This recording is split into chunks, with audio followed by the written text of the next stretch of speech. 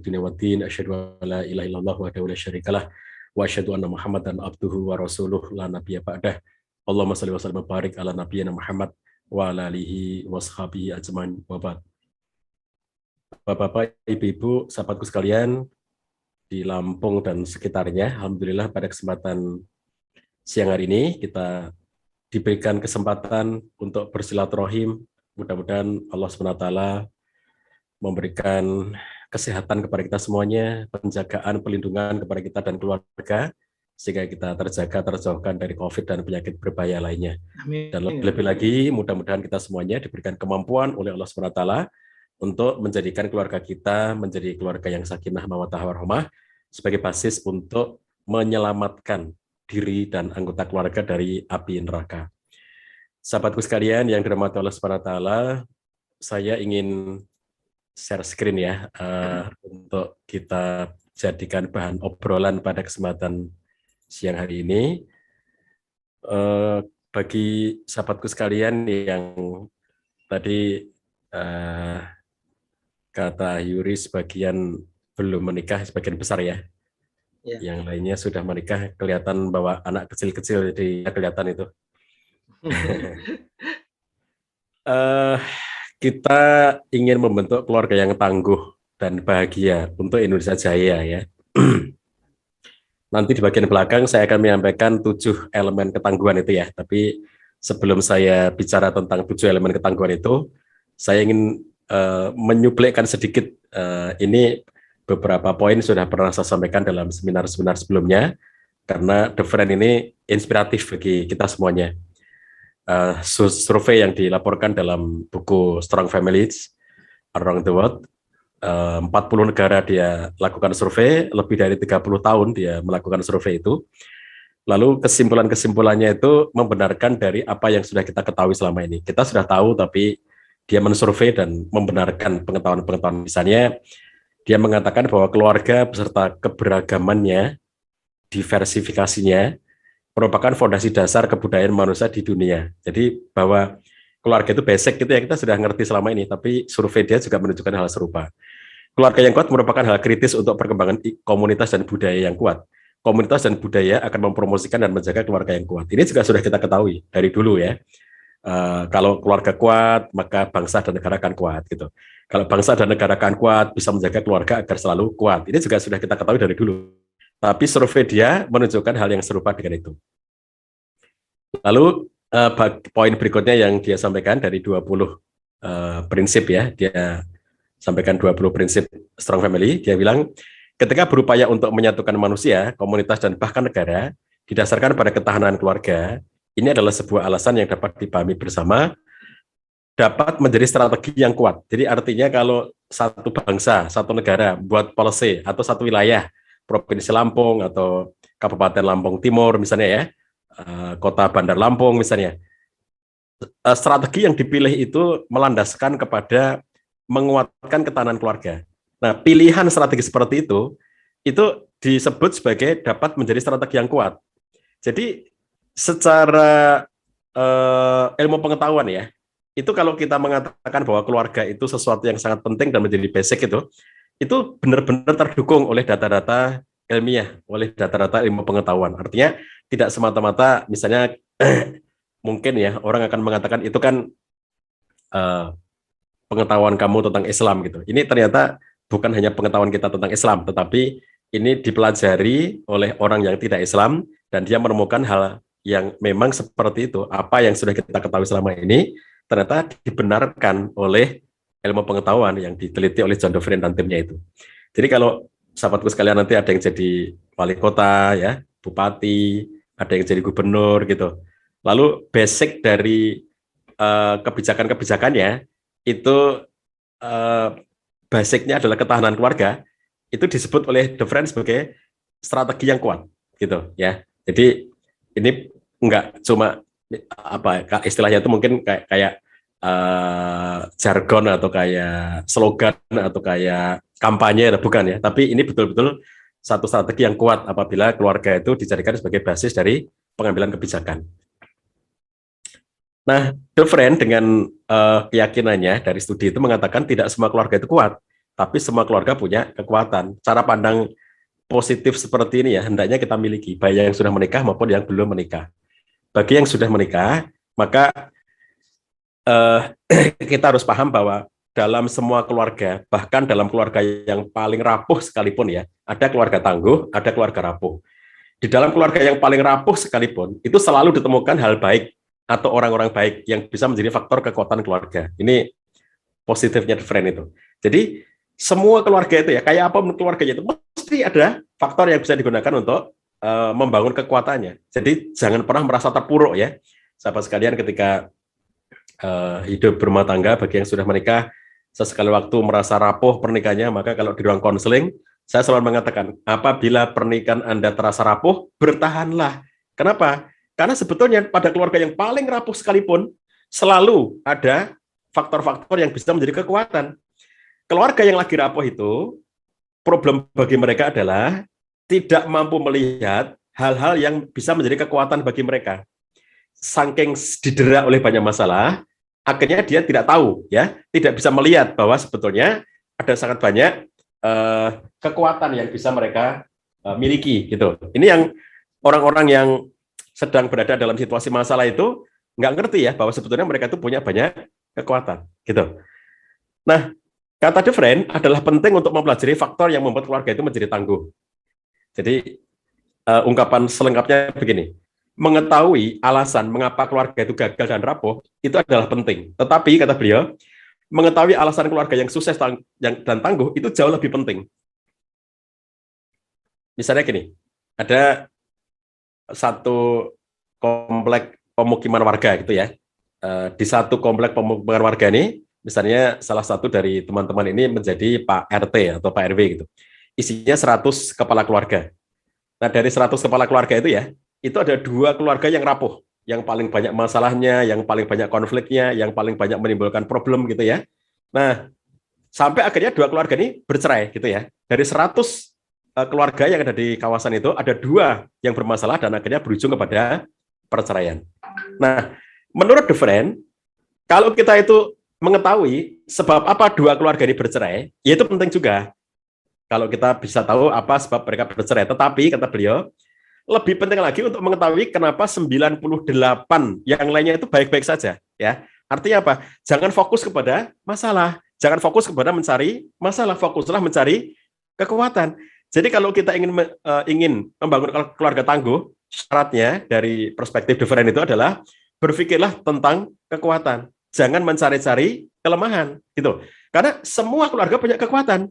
Hanya apakah dia tahu apa tidak tahu bagian-bagian mana yang bisa menjadi kekuatan di dalam keluarga mereka. Itu yang menjadi masalah. Tapi bahwa semua keluarga, termasuk dalam keluarga yang paling rapuh sekalipun, itu terdapat hal-hal yang bisa digunakan untuk kekuatan dari keluarga itu. Nah, jadi mengetahui alasan ya, itu kenapa ya kok ada senior kita itu keluarganya harmonis, kok ada di sana keluarganya bagus gitu. Mengetahui alasan keluarga-keluarga yang tangguh itu jauh lebih penting ketimbang mencari-cari kenapa keluarga itu kok berantem, kenapa kok keluarga itu bercerai, kenapa kok keluarga itu bermasalah gitu. Nah, ini The Friend itu mengajak kita berpikir positif gitu ya, tidak memulai dari masalah, tapi memulai dari kekuatan. Jangan memulai dari masalah, tapi mulailah dari kekuatan. Antara suami dan istri kalau evaluasi itu ya, apa masalah kita? Jangan begitu. Apa masalah kita? Kalau masalah kita diomongin terus gitu ya, nanti kita akan terus-menerus ini masalah, ini masalah, ini masalah, ini masalah gitu. Tapi kalau kita berfokus kepada apa yang menjadi kekuatan kita, akan sangat banyak kekuatan-kekuatan yang bisa kita gunakan untuk membangun keluarga yang tangguh itu. Kata The Friend, jika Anda fokus mencari permasalahan, maka Anda hanya akan menemukan masalah terus-menerus gitu. Jadi kalau yang Anda cari itu masalah gitu ya, terus-menerus Anda akan menemukan sangat banyak masalah. Sebaliknya, kalau yang Anda cari adalah kekuatan, maka Anda akan sangat banyak menemukan kekuatan. Nah, jadi desain otak manusia itu, sahabat sekalian, itu otak manusia itu didesain untuk mengetahui atau mencari sesuatu yang sejenis dengan apa yang diinput ke dalam otak kita. Kalau kita itu cenderung untuk mencari-cari atau memasukkan, menginput dalam otak kita itu ya, kekurangan pasangan, kekurangan keluarga kita, kelemahan-kelemahan orang-orang gitu ya, maka yang akan ada muncul terus-menerus itu adalah hal-hal lemah, hal-hal kurang, hal-hal masalah itu.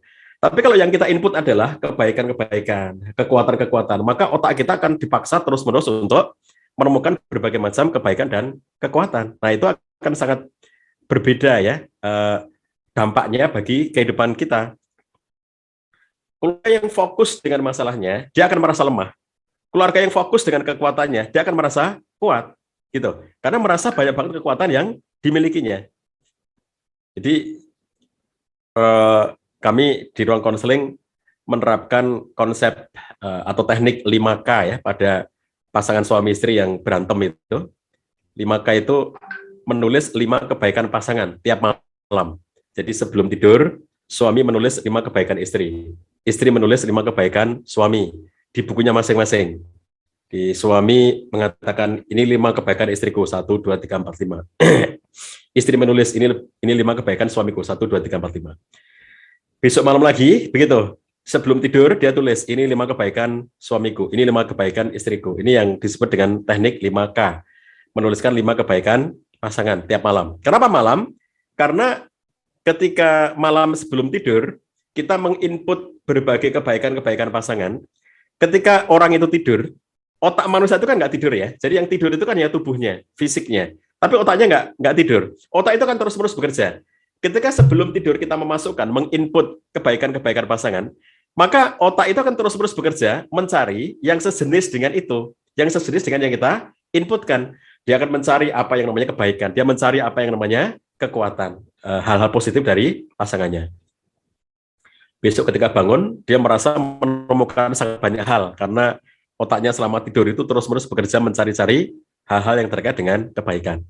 Nah, ini namanya menginstal ulang ya, karena kalau dari salah satu studi psikologi menunjukkan manusia itu ya terhadap keburukan dan terhadap kebaikan itu diistilahkan dengan velcro dan teflon ya.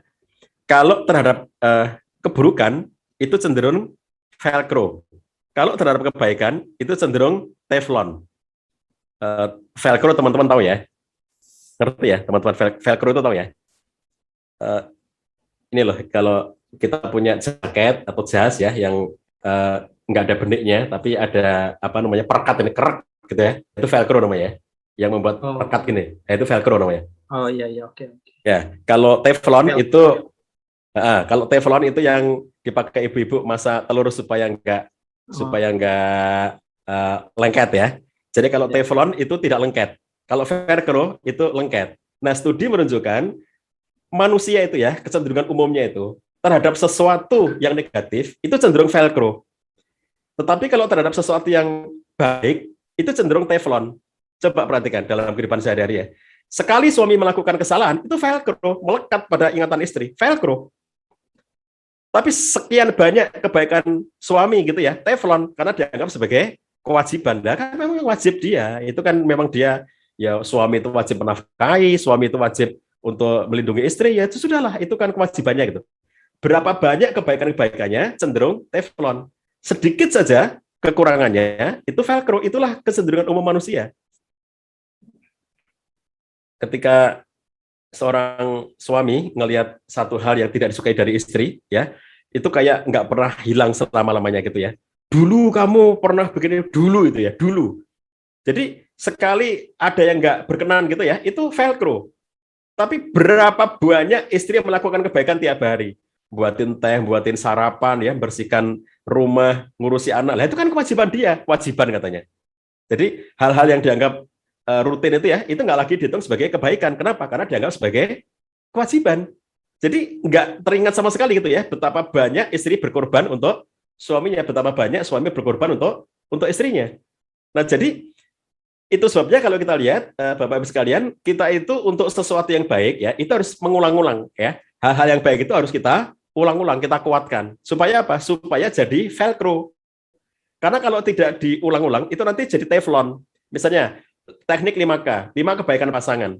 Kenapa kita harus menghadirkan ingatan tentang kebaikan pasangan? Karena cenderung dilupakan kalau kebaikan-kebaikan itu. Sekali salah, diingat terus. Sekian banyak kebaikan akan dilupakan. Jadi, teknik yang kita gunakan untuk menterapi pasangan-pasangan yang sedang berantem itu adalah, pada dasarnya adalah membuat suasana velcro pada kebaikan-kebaikan pasangan. Kalau ada kebaikan pasangan itu biar melekat bahwa banyak banget kebaikan pasanganku. Sementara kalau hal-hal yang sifatnya kekurangan pasangan itu biar teflon ya, tidak diingat-ingat gitu. Nah, itu butuh perjuangan kayak begitu tuh karena kecenderungan umumnya manusia berkebalikan. Nah, saya kira ini juga teman-teman sekalian ya, mengerti mengapa kalau kita ingin menghafal Quran itu harus diulang-ulang terus-menerus gitu ya. Pengulangan, pengulangan, pengulangan, pengulangan sampai velcro. Sebab kalau sekali baca, susah bagi kita untuk hafal, kecuali yang generasi salafun soleh ya, sekali dengar langsung ingat gitu. Tapi kalau kita susah, harus berulang, berulang, berulang, berulang gitu. Demikian pula kalau kita itu ingin membiasakan kebaikan-kebaikan gitu, itu harus ada pengulangan-pengulangan ya supaya kemudian itu menjadi sesuatu yang sifatnya velcro. Nah, jadi sahabat sekalian, kalau kita itu fokusnya kepada kekuatan, kepada kebaikan, kita nanti akan menemukan sangat banyak hal-hal yang sifatnya positif dari pasangan kita. Nah, saya kira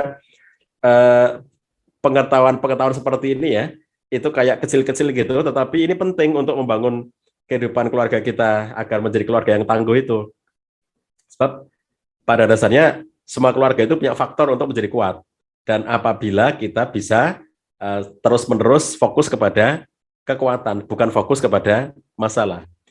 Di balik surveinya The Friend, karena dia pernah datang ke Indonesia, tepatnya di Jogja untuk melakukan survei, 40 negara itu salah satunya Indonesia ya, dan dia memilih tempat di Jogja. Nah, teman-teman yang menjadi tim relawannya untuk menjadi surveyor itu punya cerita yang unik tentang perjalanan surveinya.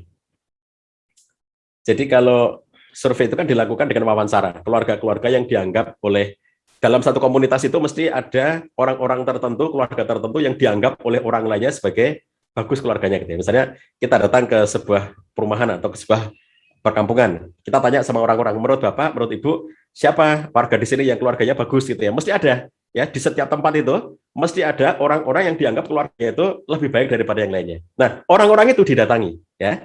Orang-orang itu didatangi dan kemudian ditanya. Ketika ditanya, mereka ini ditanya seperti ini. Suami dan istri itu ya ditanya oleh surveyornya. Menurut Bapak, apa kekuatan-kekuatan yang Bapak miliki sehingga bisa menjadi keluarga yang kuat seperti ini? Bingung nggak bisa jawab ya? Apa ya? Uh, ya gini aja gitu. Nggak ada kekuatan apa gitu. Istri juga gitu. Ketika istri ditanya, Ibu, menurut Ibu, kekuatan keluarga Ibu ini kok bisa menjadi keluarga yang bahagia sampai usia tua? Apa ya? Ya gini aja gitu. Jadi ketika ditanya tentang kekuatan, cenderung nggak bisa menjawab. Tapi ketika pertanyaan dibalik, menurut Ibu, apa masalah yang dihadapi? Nah, banyak banget. Masalahnya itu 1, 2, 3, 4 gitu ya. Kalau menurut Bapak, apa masalahnya? Banyak banget itu. Jadi terhadap masalah, orang itu cenderung cepat banget untuk mengekspresikan. Terhadap kekuatan, itu cenderung pelit ya. Nah, makanya salah satu ujinya itu yang sering kami lakukan adalah seberapa pelit atau seberapa baik kita memandang pasangan ya. Kalau dalam waktu 3 menit, ya, dalam waktu 3 menit, ini nggak usah saya praktekkan sekarang ya, dalam waktu 3 menit, Anda bisa menuliskan 20 kebaikan pasangan, itu artinya Anda termasuk orang yang tidak pelit terhadap pasangan Anda. 3 menit ya. Nanti cek di rumah, pakai pewaktu 3 menit. Kalau Anda berhasil menuliskan minimal 20 kebaikan pasangan, maka Anda termasuk orang yang baik kepada pasangannya, melihat positif kepada pasangan. Saya mempraktekkan kayak begini berkali-kali ya, sampai ada orang-orang yang selama 3 menit itu tidak bisa menuliskan satu pun.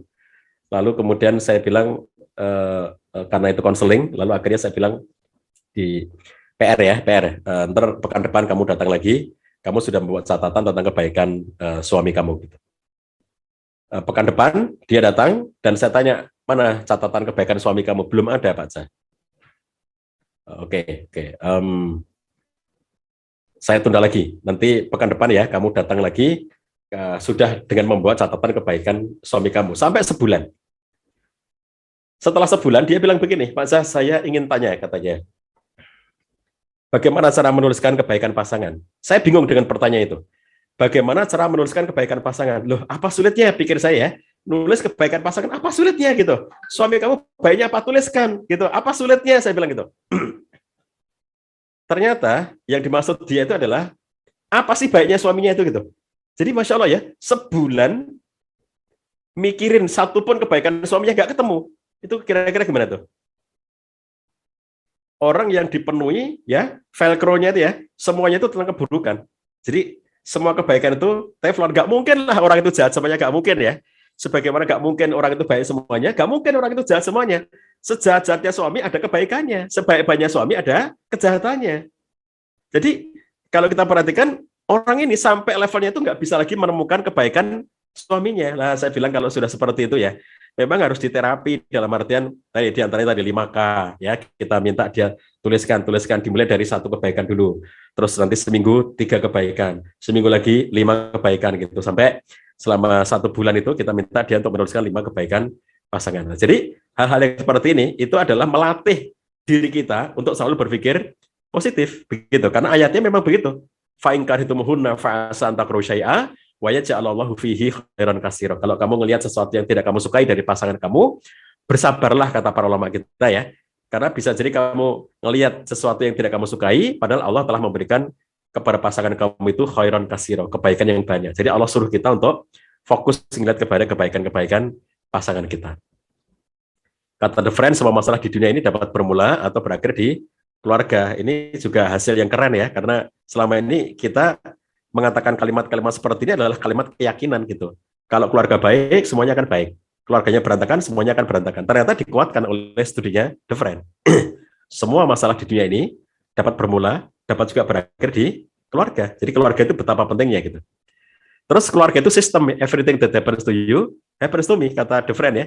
Kalau sesuatu terjadi pada kamu, ngaruh padaku. Kamu ngelakuin apa, ngaruh padaku. Apa-apa yang terjadi pada suaminya, ngaruh pada istrinya. Apa-apa yang dilakukan istrinya, ngaruh pada suaminya. Seorang ulama salaf mengatakan, aku melihat dampak kemaksiatanku ada pada istriku. Jadi ketika seseorang melakukan kemaksiatan, aku lihat dampak dari maksiatku itu ada pada istriku. Itu everything happens to you, happens to me. Hubungan yang kuat antar pasangan merupakan hal sentral di banyak keluarga. Ya, ini di antara prinsip yang juga penting yang digambarkan oleh Quran sebagai libas hunna libasulakum wa antum libasulahun. Libas itu pakaian dengan kelekatan yang kuat ya. Kalau pakaian itu sudah saya pakai seperti ini sudah kuat. Nggak bisa lagi direbut orang gitu ya. Makanya kalau ada istilah pelakor pebinor, nggak ada tuh ya. Nggak ada pelakor, nggak ada pebinor. Saya selalu mengatakan nggak ada pelakor, nggak ada pebinor. Kenapa? Karena dalam kata pelakor, dalam kata pebinor itu ada tuduhan dan kita nggak boleh menuduh. Perebut laki orang berarti nuduhan. Perebut bini orang berarti nuduh kan, dan kita nggak boleh menuduh itu. Dalam Islam nggak boleh kita menuduh. Praduga tak bersalah kata Pak Polisi, dan kalau dalam Islam itu seseorang dinyatakan bersalah apabila sudah ada ketetapan hukum ya tentang dirinya itu bersalah. Sampai orang ngaku zina saja itu ya itu dilakukan verifikasi dulu oleh Nabi Sallallahu Alaihi Wasallam. Nggak langsung gitu ya, ngaku langsung dipercaya, nggak begitu. Gitu. Jadi ada verifikasinya gitu. Seseorang baru dinyatakan bersalah itu apabila memang sudah terbukti valid bahwa dia itu bersalah gitu. Nah, sahabat sekalian, kalau kita ingin melahirkan generasi yang kuat, maka harus membangun dulu keluarga yang kuat. Keluarga yang kuat cenderung menghasilkan generasi yang kuat.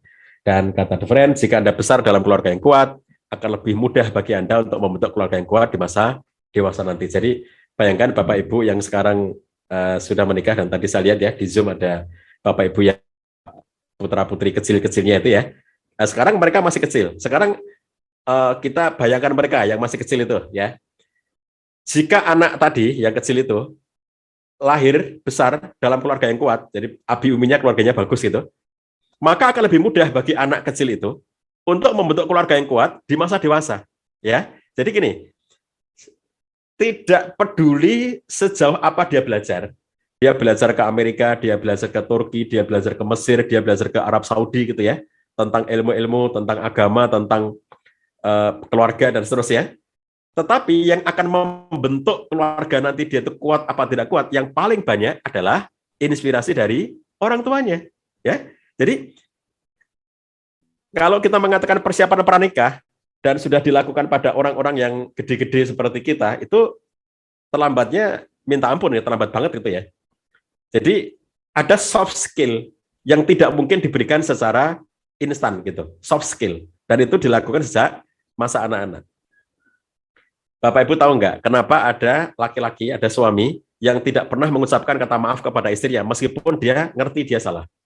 Bapak Ibu tahu nggak kenapa ada suami yang tidak pernah mengucapkan kata terima kasih kepada istrinya atas semua kebaikan istrinya? Bapak Ibu tahu nggak kenapa ada suami atau istri yang tidak pernah mengatakan kata tolong, tapi semuanya serba kata perintah?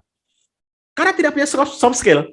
Soft skill didapatkan dari mana? Dari pendidikan sejak dari masa kecil. Coba kita ini ya, kalau di Indonesia itu di masyarakat kampung ya, saya tinggal di kampung nih di Jogja nih. Itu anak-anak kampung ya, termasuk saya dulu masih kecil juga tinggal di kampung. Anak-anak kampung itu salah satu pelajaran penting yang didapatkan pada anak-anak itu. Anak-anak itu kalau kita ajak jalan-jalan ya, misalnya kalau sekarang saya punya cucu, saya bawa cucu saya jalan-jalan gitu ya. Terus namanya juga ngelewati tetangga gitu. Nanti ada tetangga bilang, ini ada makanan, mau nggak ditawar-tawarin makanan gitu. Terus kemudian ini kalau kita di kampung ya di Indonesia ini lazim, kalau di Barat nggak lazim ya ngasih-ngasih kayak gitu tuh nanti dicurigai gitu. Jadi kemudian anak kita ngambil misalnya ya, anak kita ngambil makanan itu, dia senang ngambil gitu. Apa yang kita ajarkan pada dia? Bilang terima kasih. Orang Jawa matur nuwun ya.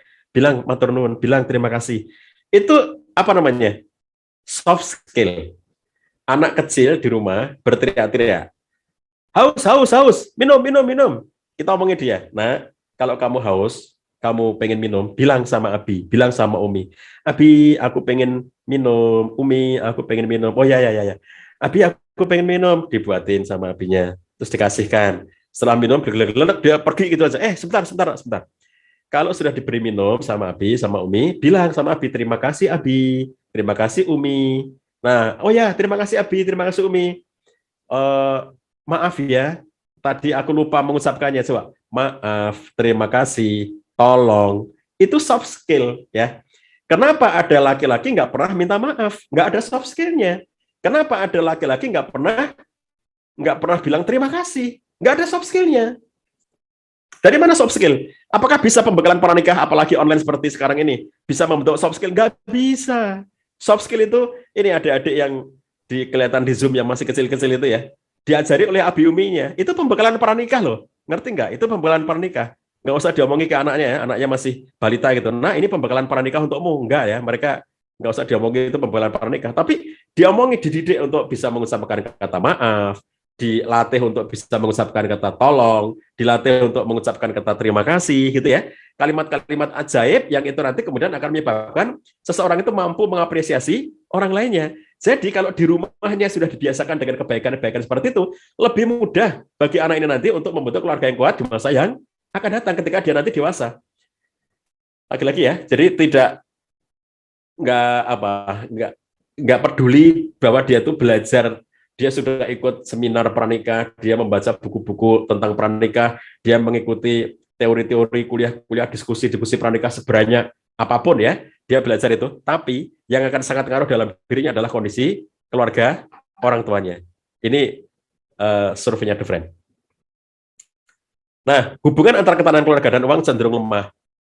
The Friend menemukan keluarga-keluarga kaya itu, ya, keluarga-keluarga kaya, ternyata di antara keluarga kaya itu ada yang tangguh, ada yang rapuh ketahanan keluarganya. Lalu keluarga-keluarga yang miskin, ya, yang sedikit uangnya, tidak mampu secara ekonomi, itu ada yang tangguh, ada yang rapuh. Jadi kalau begitu apa? Bukan berarti kalau banyak uangnya, makin bagus ketahanan keluarganya, enggak, ya. Bukan berarti kalau makin sedikit uangnya, makin lemah ketahanan keluarganya, enggak juga, gitu. Makanya dia mengatakan hubungan antara ketahanan keluarga dengan uang cenderung lemah. Jadi yang menyebabkan problem itu bukan realitas jumlah uangnya, tapi apa? Sikap. Ya. Yang dinyatakan oleh Nabi SAW, ajaban li amril mu'min, inna amrahu kullahu khair, walaysa dzalika li ahadin ila lil mu'min. Sungguh menakjubkan urusan orang-orang beriman itu. Semua urusan itu baik, ya. Dan yang kayak gitu tuh nggak akan terjadi kecuali pada orang-orang yang beriman. Jadi kalau nggak beriman nggak bisa kayak begitu. Apa baiknya itu? Apabila dia mendapatkan kebaikan, in asobathu sarra syakara, karena khairan lahu, kalau dia mendapatkan kebaikan ya, sesuatu yang sesuai harapannya gitu, maka dia bersyukur dan syukur itu baik bagi dirinya. Wa in asobathu darra sabara, fakana khairan lahu, dan kalau dia mendapatkan sesuatu yang tidak sesuai harapan, dapat musibah, maka dia bersabar dan sabar itu baik baginya. Jadi orang beriman itu isinya sabar, syukur, sabar, syukur, sabar, syukur gitu kan. Jadi kalau pas banyak uang, maka dia bersyukur. Kalau lagi nggak punya uang, maka dia bersabar. Jadi sebetulnya hadis Nabi Sallallahu Alaihi Wasallam sudah mengisyaratkan itu. Tapi kemudian di survei oleh The Friend ya, memang menunjukkan hal yang memang seperti itu ya, bahwa memang hubungan antara uang ya, realitas jumlah uang itu dengan ketahanan keluarga itu cenderung lemah. Terus kita harus berupaya menguatkan ketahanan keluarga itu baik pada level mikro maupun makro. Ini kesimpulan The Friend ini ya, 1 dari 20 kesimpulan dia ini, itu saya merasa sangat berkepentingan bulan ini, karena itu memberikan nilai, memberikan value, seperti misalnya kalau saya dan teman-teman ya, ini ada teman-teman yang mungkin ya ditugaskan menjadi konselor keluarga, saya tidak tahu adakah yang di antara kita yang hadir sudah ditugaskan menjadi konselor. Kalau di antara kita ada yang menjadi konselor keluarga, urusan kita itu apa sih di dalam konseling itu? Urusan kita itu kan kita mengkonseling ya, ada masalah, ada problem, kemudian kita mendampinginya, mencari solusi dari masalahnya. Itu mikro banget kan itu ya, mikro banget. Jadi kayak apa ya, kayak nggak keren gitu. Ini yang lainnya ngurusin negara, yang lainnya ngurusi provinsi, yang lainnya ngurusi energi, ngurusi ideologi gitu. Ini masa ngurusi sepasang suami istri yang konflik gitu. Itu kayak remeh-temeh banget kan. Nah, tapi ungkapan different itu penting.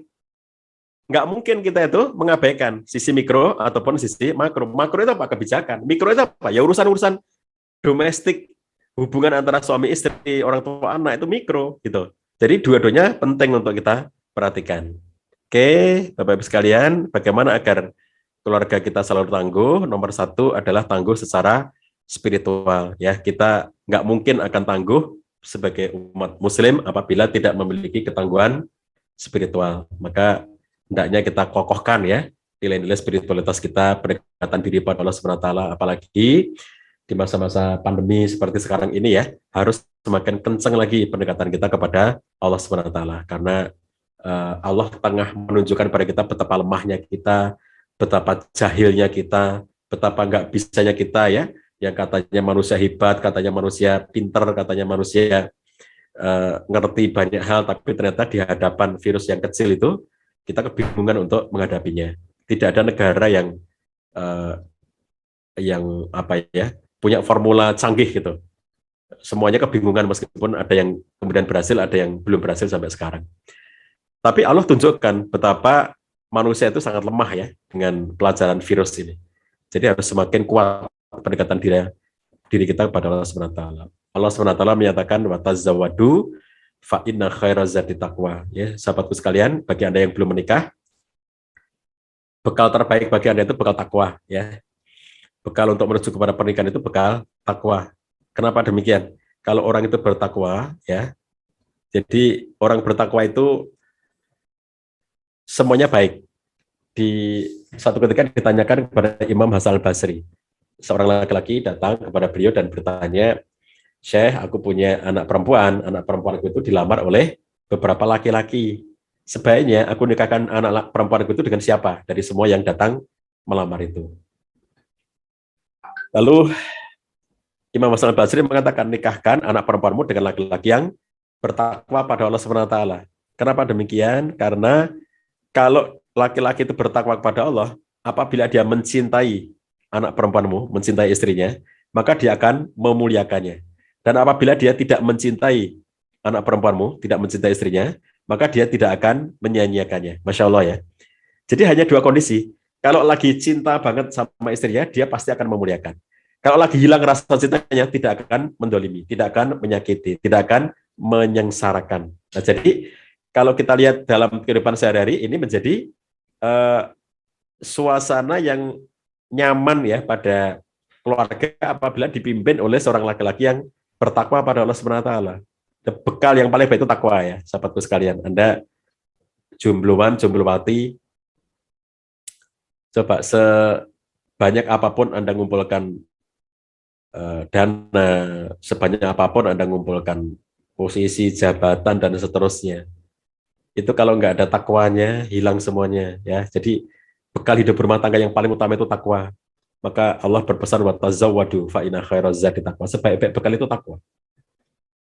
Kenapa? Karena kalau Anda bertakwa, semuanya dimudahkan. Wattaqullah wa yu'allimukumullah. Kalau kamu itu bertakwa, Allah ajari kamu. Masya Allah ya. Jadi banyak banget loh kita itu dalam kehidupan sehari-hari. Coba tanya nih senior-senior kita ya di Lampung ini. Yang senior-senior ini itu kalau disuruh cerita tentang keajaiban-keajaiban dalam kehidupannya banyak banget. Lagi nggak punya duit gitu ya, ada saja jalan keluarnya gitu ya. Lagi ada kesulitan, ada saja gitu. Saya kalau ketemu dengan senior-senior gitu ya, mungkin sebagian dari teman-teman sekalian mengenal seorang ustadz di Semarang yang belum lama wafat karena COVID ya, Ustadz Zubair Safawi.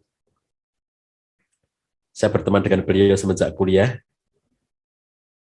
sama-sama aktivis meskipun jalurnya beda, beliau PI, saya HMI. Tapi saya tahu bagaimana kehidupannya. Jadi saya tahu bagaimana beliau adalah sosok yang Masya Allah ya, pertolongan Allah itu jadi tahadus binikmah ya teman-teman sekalian, ini bukan dalam rangka apa, toh beliau juga sudah tidak ada ya. Tahadus binikmah. Kehidupan Pak Zubair itu ajaib gitu bagi saya itu ya. Ajaib. Beliau itu kan menghabiskan waktu betul-betul untuk melakukan dakwah. Dakwah itu betul-betul menjadi jiwa beliau. Dan salah satu quotes yang dikutip dari beliau ya, sampai akhir beliau kemarin itu adalah terus berdakwah sampai akhir hayat. Dan itu beliau tunjukkan ya apa konsistensi sampai akhir hayat itu. Pak Zubair itu tidak pernah risau dengan dunia gitu. Maksudnya nanti rumah itu gimana gitu ya. Nanti penghidupan itu bagaimana. Pokoknya beliau tuh udahlah yang penting kita tuh bekerja berbuat gitu ya, melakukan sesuatu gitu. Beliau jualan madu, beliau jualan buku, beliau jualan pakaian gitu ya bersama istrinya itu. Dan sangat banyak hal-hal yang tadi saya bilang keajaiban. Terus awal menikah itu beliau nggak pernah punya rumah kan beliau itu. Baru setelah pensiun dari anggota dewan baru punya rumah yang sekarang ditempati itu. Tempati keluarganya sekarang ya. Dulu nggak punya rumah. Sampai sekian lama hidup berumah tangga itu nggak punya rumah. Dan beliau itu nggak pernah bingung, nggak pernah pusing gitu ya dengan nggak punya rumah itu, Masya Allah ya. Dan rumahnya didapat dari mana? Ada saja itu. Orang itu, Pak Zubair, saya punya rumah nih, mau nggak pakai nempatin gitu. Pakailah sama Pak Zubair. Nggak sekian lama menempati, orang itu bilang, Pak Zubair, ini ternyata rumah ini mau dipakai sama keluarga saya. Pak Zubair mau nggak pindah menempati rumah saya yang lainnya? Pindah lagi ke tempat yang lain. Suatu ketika rumah itu dipakai lagi oleh siapa? Dia bilang, Pak Zubair, mohon maaf ya, yang ini nggak bisa diperpanjang karena ada yang mau pakai. Gitu. Ada lagi orang datang, Pak Zubair mau nggak tinggal di rumah saya? Ya Allah ya. Jadi hidupnya Pak Zubair itu ya, itu dari satu rumah ke rumah yang ditawar-tawarkan, nggak perlu ngontrak, dia nggak pernah minta gitu ya, nggak pernah minta. Pak Zubair itu pantang meminta-minta, gitu. Nggak pernah minta, nggak pernah mengeluh gitu. Tapi ada seseorang itu ya banyak banget yang kemudian memberikan pertolongan kepada Pak Zubair itu ya. Allah SWT memberikan pertolongan itu melalui banyak cara. Gitu. Yang paling saya itu adalah uang-uang yang hadir di rumah beliau saat beliau masih sangat miskin ya, beliau belum punya apa-apa gitu, hidupnya untuk dakwah, nggak ada bisnis sesuatu yang bermakna gitu. Nanti ada uang, dia tuh mau berangkat sholat subuh ke masjid, buka pintu rumahnya itu di bawah pintu rumahnya itu ya, itu ada amplop, ada uangnya dan ada tulisannya untuk Pak Zubair halal. Nggak tahu dari siapa. Dan itu sering. Jadi saya bilang Masya Allah, hidupnya Pak Zubair itu ajaib gitu ya. Jadi kalau orang itu berbekal dengan ketakwaan pada Allah Subhanahu wa taala, itu hidupnya akan dimudahkan. Ya, apa saja kesulitannya itu akan dimudahkan oleh Allah Subhanahu wa taala. Makanya kalau sampai ada orang ya hidup berumah tangga, lalu kemudian mengalami problem-problem yang rumit, yang sulit, yang tidak bisa mencari pemecahannya, evaluasi nomor 1 takwanya ya. Jangan mengevaluasi hal lain. Nomor 1 takwanya. Sejauh mana ketakwaan itu pada Allah. Kenapa? Karena kalau bertakwa itu Allah berikan jalan keluar. Wa may yattaqilha yaj'alhu makhraja. Bahkan masalah ekonomi, wa yarzuqhu min haitsu la yahtasib. Apapun problem kita, seberat apapun, serumit apapun, semuanya akan dimudahkan. Wa may yattaqillaha yaj'al lahu min amrihi yusra. Semuanya mudah. Semua orang hidup berumah tangga punya masalah, tapi menjadi mudah apabila kita bertakwa pada Allah Subhanahu wa taala. Semua orang hidup berumah tangga itu punya problem, tapi problem itu akan ada solusi sepanjang kita bertakwa pada Allah Subhanahu wa taala. Coba, apa yang akan menjamin ya solusi-solusi itu kalau tidak berbekal kepada ketakwaan? Sampai pun kita nggak ngerti ya bagaimana cara menjalani hidup ini. Kita nggak tahu bagaimana cara untuk menyelesaikan persoalan-persoalan, bagaimana cara untuk mengurai konflik. Wattaqullah wa yu'allimukumullah, bertakwalah pada Allah. Allah akan ngajari kamu. Allah beritahu kamu caranya. Allah beritahu kamu caranya bagaimana keluar dari konflik itu. Allah beritahu kamu caranya bagaimana mendidik anak. Allah beritahu kamu caranya bagaimana cara untuk berdamai dengan pasangan dan seterusnya. Wattaqullah wa yu'allimukumullah. Itu basic ya, kekuatan spiritual, tangguh secara spiritual. Kita harus mendekat kepada Allah Subhanahu wa taala sebagai sumber kekuatan yang tidak ada bandingannya. Nggak mungkin keluarga tangguh dalam situasi mereka jauh dari Allah Subhanahu wa taala. Keluarga kita akan selalu tangguh apabila selalu berada dalam kedekatan kepada Allah Subhanahu wa taala. Kemudian yang kedua, tangguh secara moral. Nabi sallallahu alaihi wasallam itu memerintahkan kepada kita agar kalau laki-laki ya jadilah suami yang bagus akhlaknya. Khairukum li ahlihi wa ana khairukum li ahli. Sebaik-baik kalian adalah yang terbaik bagi istrinya, dan aku adalah orang yang terbaik di antara kalian terhadap istriku. Akhlak dijadikan sebagai tolok ukur yang sangat utama oleh Nabi sallallahu alaihi wasallam ya, bahwa bayangkan ketika seorang laki-laki ditunjuk oleh Allah Subhanahu wa taala sebagai pemimpin, ar-rijalu qawwamuna 'alan nisa, lalu pemimpin ini tidak dibekali dengan akhlak ya, bahaya ya.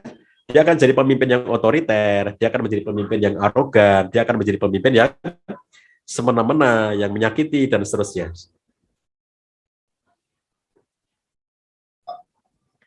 Jadi ketika pemimpin ditunjuk ya oleh Allah Subhanahu wa taala itu harus berbekal dengan akhlak. Coba memimpin tanpa akhlak, bahaya semuanya, mengerikan jadinya gitu. Sampai dalam hadis yang lainnya Nabi sallallahu alaihi wasallam menunjukkan akmalul mu'minina imanan ahsanuhum khuluqan wa khiyarukum linisaihim khuluqan.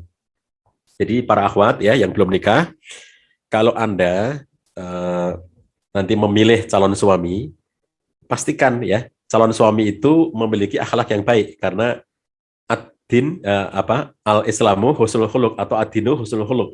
Agama itu adalah akhlak yang baik. Ad-din agama adalah akhlak yang baik, atau al-Islam itu adalah akhlak yang baik. Nah, jadi kalau perempuan dinikah karena 4 perkara dan hal yang paling basic adalah karena agamanya, jangan pernah abaikan agama itu, dan agama muncul dari akhlak, ya, muncul dari kebaikan akhlaknya. Khiyarukum linisaihim khuluqan. Yang terbaik di antara kalian adalah yang paling baik kepada istrinya, ya. Jadi bukan yang paling galak kepada istrinya, bukan yang paling pelit kepada istrinya, bukan orang yang paling takut kepada istrinya. Ini yang sering disalahpahami orang zaman sekarang ya. Orang-orang yang mau berbuat baik kepada istrinya, berlaku lembut kepada istrinya, itu dianggap sebagai orang yang takut kepada istri. Suami takut istri, sehingga akhirnya orang kasar dan keras kepada istrinya supaya nggak dikatakan takut. Nah, itu kebalik-balik.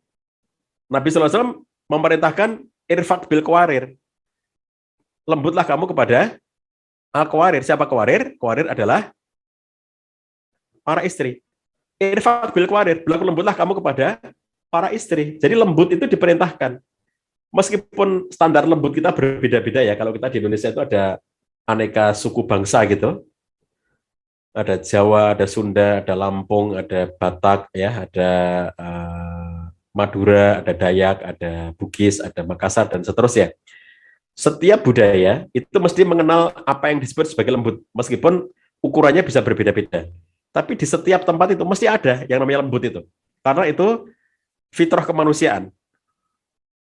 Dan Nabi menyuruh kita untuk berinteraksi dengan istri itu dengan cara yang lembut, nggak boleh dengan cara yang kasar. Jadi kalau ada laki-laki yang galak, ya laki-laki yang tidak bisa lembut kepada istrinya, itu melanggar sunnah Nabi Shallallahu Alaihi Wasallam. Saya menangani satu kasus pasangan suami istri yang istrinya itu selingkuh. Biasanya Bapak Ibu mendengar suaminya selingkuh gitu ya. Tapi kalau ini istrinya selingkuh. Jadi selingkuh itu tidak mengenal jenis kelamin ya.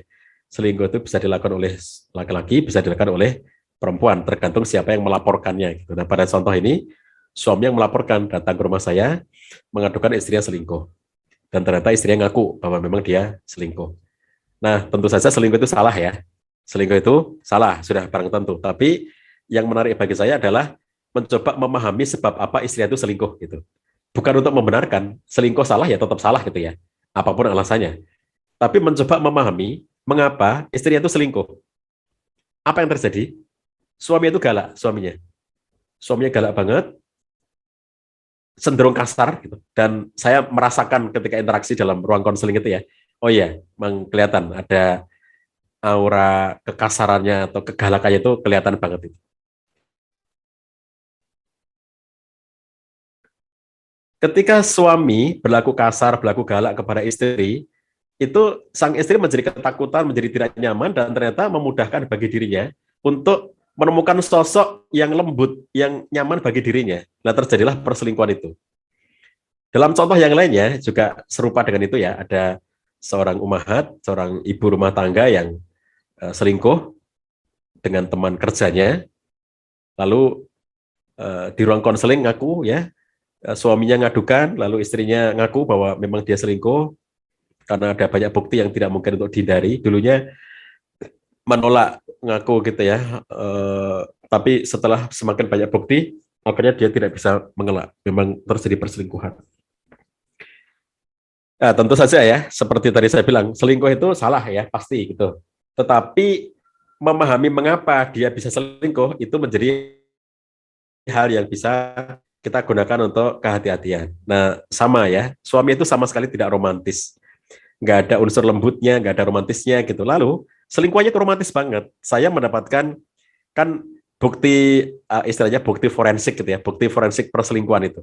Itu diantaranya adalah chatting, kemudian tulisan-tulisan pakai apa namanya kertas. Jadi si laki-laki ini ya ngegombal gitu pakai kertas-kertas kecil gitu yang dimasukkan ke tas si Umahat ini. Setiap kali mau pulang, tasnya umat itu mesti ada kertas kecil gitu, dan nanti sampai di rumah umat itu nyari-nyari, oh ada kertas kecil itu, dan oleh itu yang jadi bukti oleh suaminya itu, karena sang istri ini mengumpulkan itu, artinya nggak dibuang gitu ya, karena sang istri itu memang lagi jatuh cinta kepada si laki-laki itu, jadi semua tulisan-tulisan tangannya itu nggak dibuang, disimpan sama dia. Nah itulah yang akhirnya ketahuan sama suaminya, dan jadi bukti forensik tadi bahwa istrinya selingkuh. Dibawakan ke saya setumpuk kertas-kertas kecil itu ya. Wow, jadi saya bilang sama suaminya itu ya, lah memang ini kelepak-kelepak perempuan kalau digitukan, saya bilang.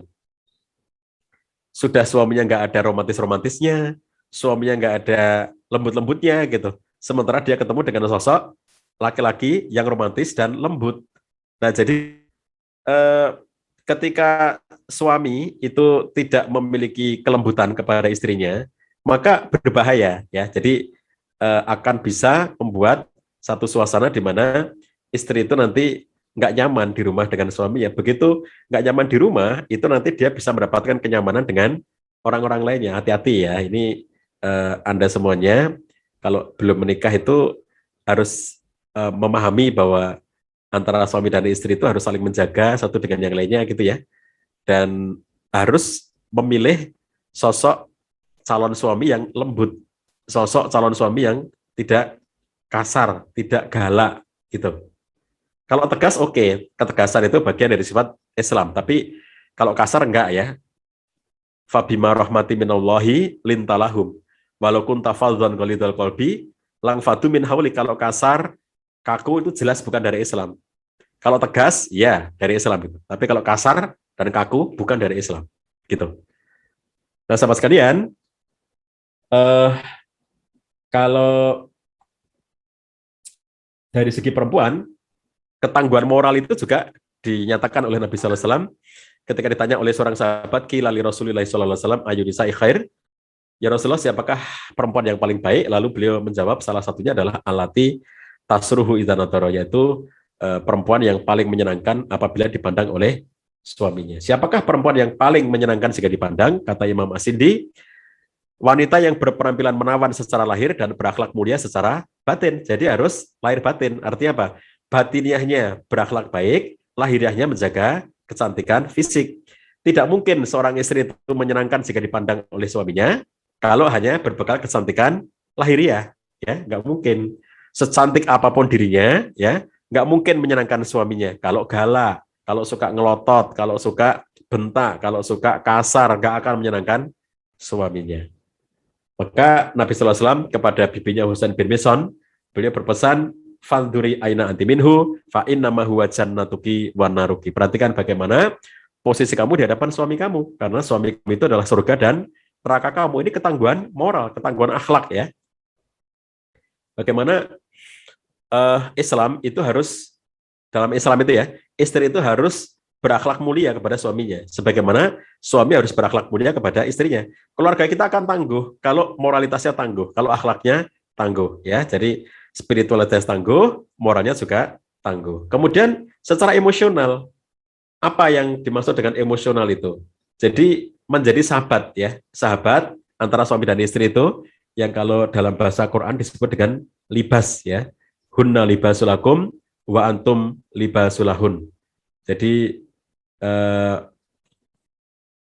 libas itu pakaian, di mana kalau uniknya Quran itu ya, ketika Allah SWT menetapkan laki-laki sebagai pemimpin, ar-rijalu qawwamuna 'alan nisa, itu di saat yang sama, cara menggambarkan interaksi antara suami dan istri itu bukan interaksi antara atasan dengan bawahan. Ya, laki-laki pemimpin, tapi bagaimana mereka berinteraksi tidak digambarkan sebagai atasan dengan bawahan, tidak digambarkan sebagai komandan dengan anak buah, tidak digambarkan sebagai bos dengan buruh atau majikan dengan buruh, tidak seperti itu.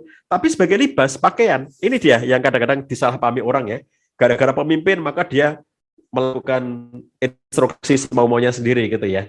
Lupa bahwa sebetulnya interaksinya, meskipun ada posisi hierarki kepemimpinan, interaksi yang harus terjadi antara suami dan istri itu adalah interaksi sebagai libas. Harus ada bonding, ikatan yang kuat ya, ikatan emosional yang kuat antara suami dan istri. Ada kelekatan emosional. Inilah dia ya, yang kadang-kadang hilang ya. Kalau suami sibuk, istri sibuk ya, suami sibuk kerja, istri sibuk kerja, lama-lama hambar. Kenapa? Karena masing-masing asik dengan dunianya sendiri-sendiri, sehingga mereka tidak lagi menjaga kelekatan emosional satu dengan yang lainnya. Nah, di titik tertentu mereka akan merasa rapuh dan merasa mudah untuk terjatuh karena tidak menjaga kelekatan emosional.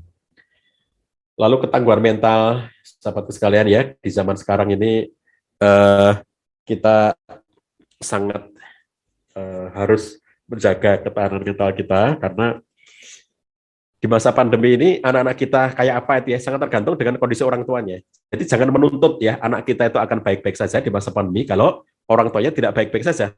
Ayah ibunya berantem terus, ayah punya konflik, lalu menyuruh anaknya untuk baik-baik saja, nggak bisa ya. Anak-anak kita seperti apa situasi mereka di masa pandemi sangat bergantung kepada situasi orang tuanya. Orang tua yang kuat mentalnya, ayah yang kuat mentalnya, tidak bingung menghadapi situasi-situasi pandemi ini. Ayahnya bingung, ibunya bingung, lahnya bingung semuanya anaknya.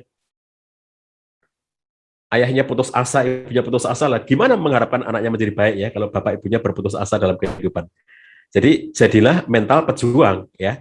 Kita harus memiliki sikap yang kuat, bukan lemah. Kenapa? Karena yang dianjurkan oleh Islam kepada kita itu adalah kekuatan. Al-mu'minul qawiyyu khairun wa abu ilallah minal mu'mini dhaif. Mukmin yang kuat itu lebih baik dan lebih dicintai Allah daripada mukmin yang lemah. Demikian pula doa yang dituntunkan oleh Nabi sallallahu alaihi wasallam. Allahumma inni a'udzubika minal hammi wal hazan wa a'udzubika minal ajzi wal kasal wa a'udzubika minal jubni wal bukhl wa a'udzubika min ghalabati daini wa qahri rijal. Itu semuanya kelemahan ya. Makanya kita berlindung kepada Allah dari semua jenis kelemahan itu. Nah, jadi kekuatan mental ini coba kalau dalam hidup berumah tangga itu ya, kita akan menghadapi ujian-ujian. Teman-teman yang belum menikah ya, rumah tangga itu harus dipahami, hidup berumah tangga itu banyak ujian ya. Kalau banyak cucian itu namanya laundry ya. Jadi kalau kita hidup berumah tangga banyak ujian itu hadapi ya. Jangan mengeluh dengan ujian-ujian itu. Kenapa hidup kita penuh ujian? Ya memang begitu hidup berumah tangga. Nggak ada rumah tangga tanpa ujian, nggak ada rumah tangga tanpa konflik. Harus punya kesiapan mental untuk menghadapi itu semuanya. Oke, kemudian kekuatan, ketangguhan intelektual. Harus mau banyak belajar ya, menambah ilmu pengetahuan, menjadi pribadi pembelajar. Kenapa? Kita itu nggak pernah cukup ilmu kita. Jadi kalau menurut teorinya de Miller, orang hidup berumah tangga itu kan akan mengalami 8 tahap perkembangan. Ya, dari tahapan pertama pengantin baru, tahapan keduanya mulai lahir anak, tahapan ketiga anak yang pertama itu sudah mulai masuk preschool, tahapan keempat anak pertama masuk SD, tahapan kelima anak pertama itu SMP SMA remaja, tahapan keenam anak sudah mulai launching ya, meninggalkan rumah mandiri, tahapan ketujuh seluruh anak di rumah itu sudah launching, tinggal berdua suami istri, induk ayah ibu yang sudah tua. Lalu tahapan ke-8 ketika salah satu dari keduanya sudah meninggal dunia. 8 tahapan menurut Duval Miller.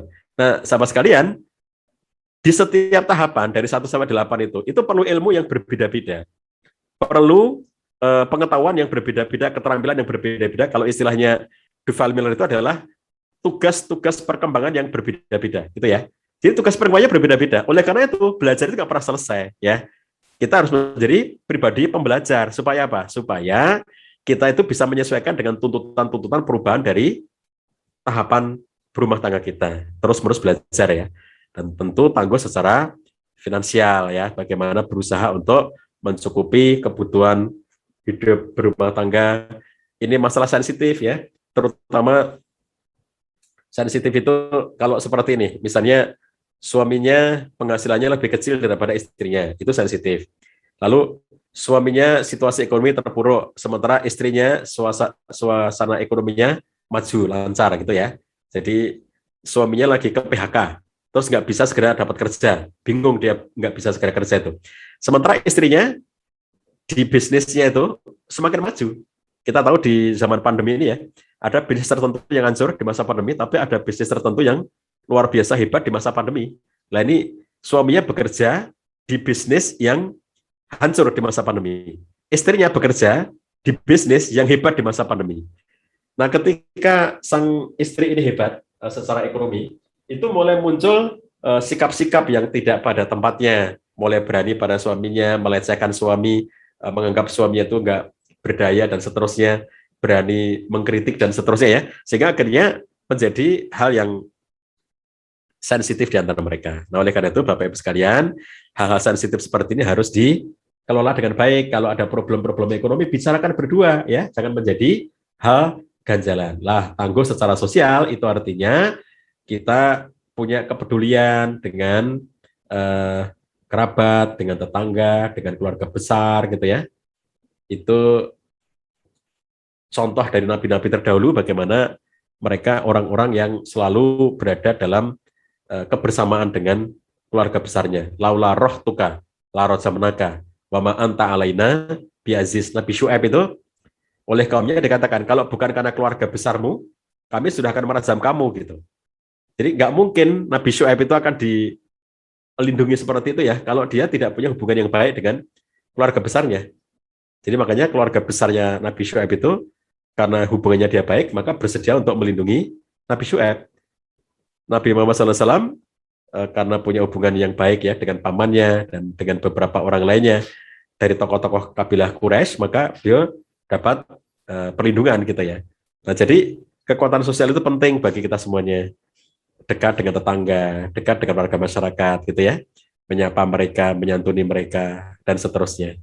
Baik Bapak-Ibu sekalian, itu yang bisa saya sampaikan.